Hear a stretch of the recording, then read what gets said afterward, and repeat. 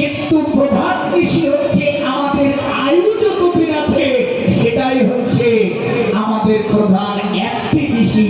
এই ঋষি যদি প্রভাত হয়ে যায় তাহলে প্রাণ পাখি আর দেহে থাকবে না, এই দেহ ছেড়ে উড়াল দিয়ে চলে যাবে।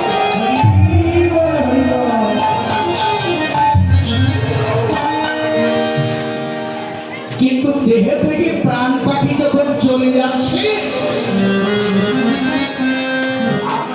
তখন দেহ থেকে কি নিয়ে যাচ্ছে মা?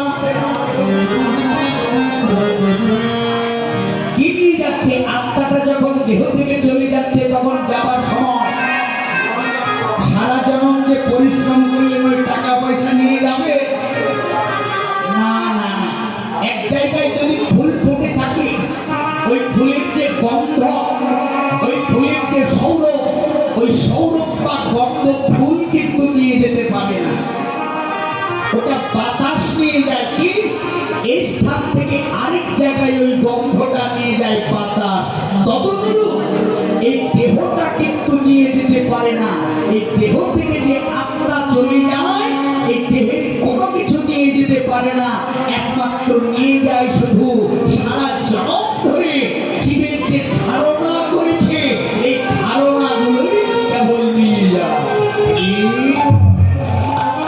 তাহলে আপনি সংসারের মধ্য দিয়ে যদি ভালো কর্ম করে থাকেন, সাধু সঙ্গ করে থাকেন, ভক্ত সঙ্গ করে থাকেন, সৎসঙ্গ করে থাকেন, এই ধারণাগুলি যদি আপনার মনে যদি থাকে তাহলে দেহ থেকে যখন আত্মাটা চলে যাচ্ছে তখন এই ধারণাগুলো নিয়ে যাচ্ছে। আপনি যদি কৃষ্ণ ভাবনায় যদি বিভোর থাকতে পারেন তবে সেই ধারণা চলে যাবে, আপনি কৃষ্ণ চরণ গোবিন্দ চরণ প্রাপ্ত হবে। তাই সমস্ত জীবের কল্যাণের জন্য ভগবান আমার সারা নিশি হরিনাম সংকীর্তন করলে রজনীর একজন বাকি থাকতে গৌর আমার ঘুমিয়ে গেছে।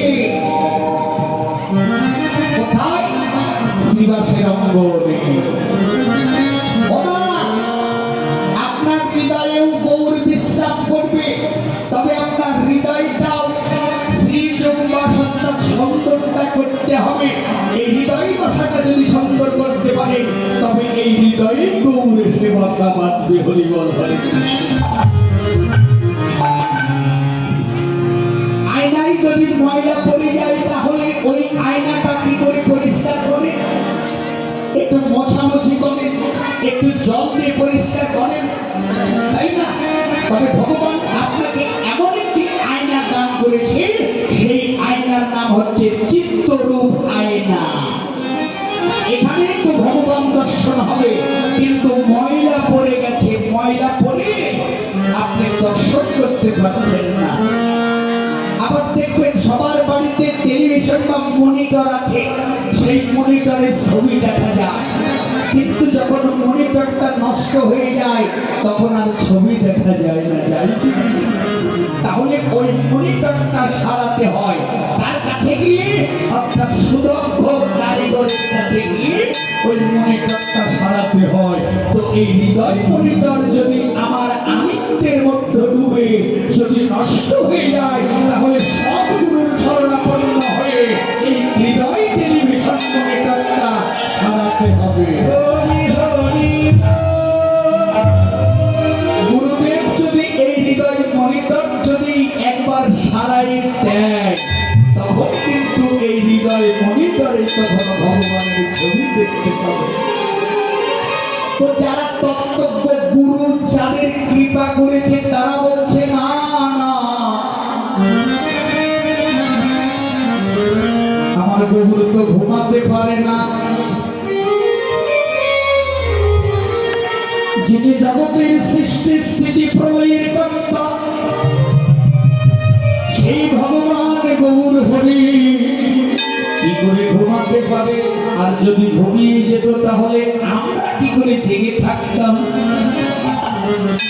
তাই গৌর আমার ঘুমায় নাই, অবয়ল সে